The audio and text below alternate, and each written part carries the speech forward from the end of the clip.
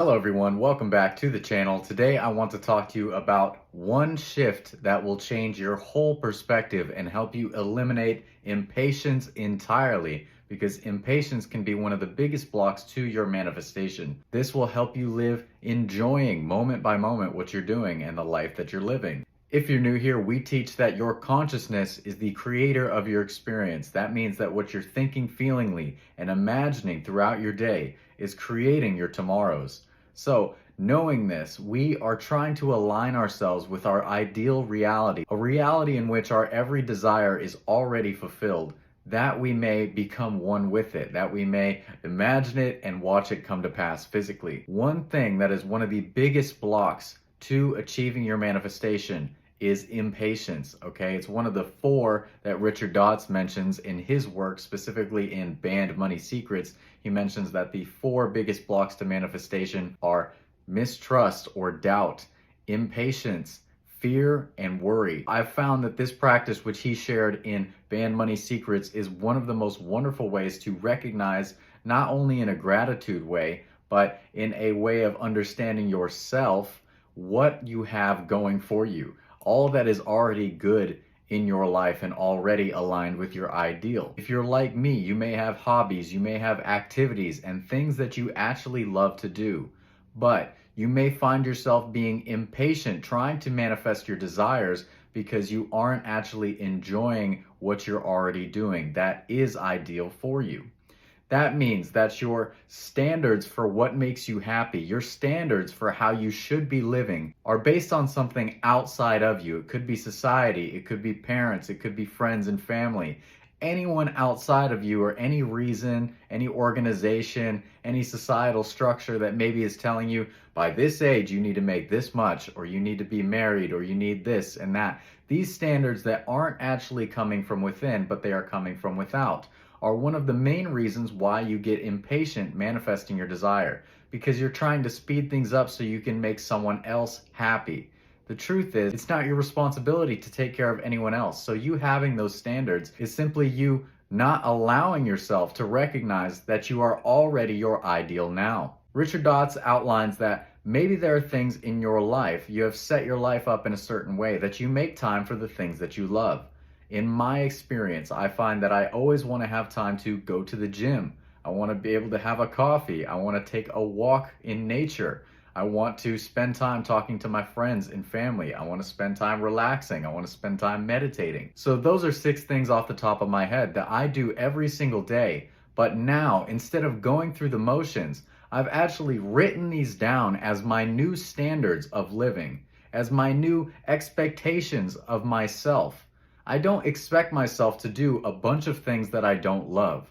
I follow my joy, and as you follow your joy and you give recognition and respect to those things within you that actually matter to you, that actually bring you joy, that actually put you in alignment with your ideal now, then you will see your life transform. Because if you find yourself worrying or fearing or doubting or being impatient about what you're manifesting, you can always look at your standards and say, hey, am I not doing anything that I love? And if the answer is yes, well, then maybe make some personal changes, make some time for what you love. But if the answer is no, and you are doing things that you love, then take time to recognize that. In the moment when you're doing these things, don't just go through the motions. I've been going through the motions, just working out whatever day it is. But now I feel extra joyous when it's my favorite chess day. I feel extra joyous going every day because it's something that I love to do, and I'm thankful that I'm capable of it. Every time I'm meditating, I'll find myself in between letting go and letting go of thoughts, reaching that 0 point. I find myself thinking, I'm taking this time to meditate. I love to meditate. Isn't this wonderful? To spend time with myself, my true self, one with the infinite, that I am without conditioning. And you can do the same. If you make time, at least 15 minutes a day, to meditate and come to the 0 point, not forcing yourself to feel positive and not trying to force yourself out of any negative feelings that you may have been going through, but simply letting go of everything, positive, negative, any identifications, identification with the sense world, the body, just reaching that 0 point of stillness within your consciousness, then you'll come to enjoy it too. And it won't be something that you have to sit down and force yourself to do, but you'll find yourself wanting to do it because our subconscious knows everything about our experience based on our feeling. So if you are feeling impatient, if you are feeling dissatisfied with life, then it will be a massive help to you to shift your perspective from thinking, I'm unhappy because I haven't reached these impossible standards from other people, from outside influences, to I am so happy that I'm living life according to my standards, based on what I enjoy, following my highest good and happiness. And you will recognize that that is far more important than anything else you could possibly do, because you are honoring self. You are honoring that which is natural and inherent within you. And remember that you are one with the infinite. You are one with God, the universe, subconscious, infinite intelligence. You are one. There's only one consciousness. So you can't lack anything. It is only an awareness of lack that perpetuates the seeming lack in your life. In this way, you will come to appreciate what you have. It is an act of abundance to detach from the senses and simply go within to yourself. You're coming into contact with that truth of yourself, which is inherently abundant, inherently everything you already desire. So, honoring that, following your joy, making an actual list. I mean, really write this down. Maybe you can put your current standards of thinking, I need to make $10,000 a month, otherwise I'm worthless. You know, all these things that people end up hammering into their head because of social media, outside influence. And instead, after that, you can cross them out and write down, I do this and this brings me joy. I do this and this brings me joy. I always want to make time in my life for doing this activity. And it's got to be true to yourself. You should know what you love. You should know what brightens you up, what lights that flame within your soul, because that's what you're meant to do. A lot of people get caught up in those impossible standards and they end up perpetually disappointed, impatient in their life, not knowing anything they can do about it. Thankfully, you know about the law of attraction, law of assumption, the law of mind to create your experience.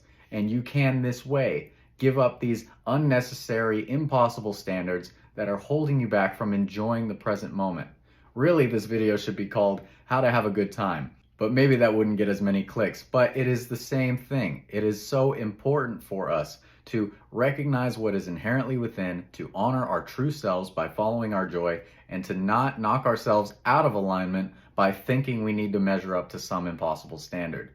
We'll find that we will blow any and all standards away if we remain faithful to ourselves, because as always, you are inherently everything you desire. As Neville Goddard said, to desire a state is to have it. To desire a state of consciousness, it could be the state of wealth, the state of loving relationship, the state of having a new home, the state of living in a new state. It could be anything, whatever you desire. To desire that state is to have it. And the only thing that can stop you from having it is your impatience, your doubt, your fear, your worry. So let these things go. Let these things go. And this is a wonderful practice to help you do that. So I hope that you can maybe write down in the comments one of your new standards for living, based not on the outside experience, what other people may expect from you or talk to you about or have for themselves, but based on what truly makes you happy and that you make time for each and every day, and what you can do to enjoy it. That is our message for today. I'm so thankful for each and every one of you. Thank you so much for watching. I love you all very much, and I will see you next time. Take care.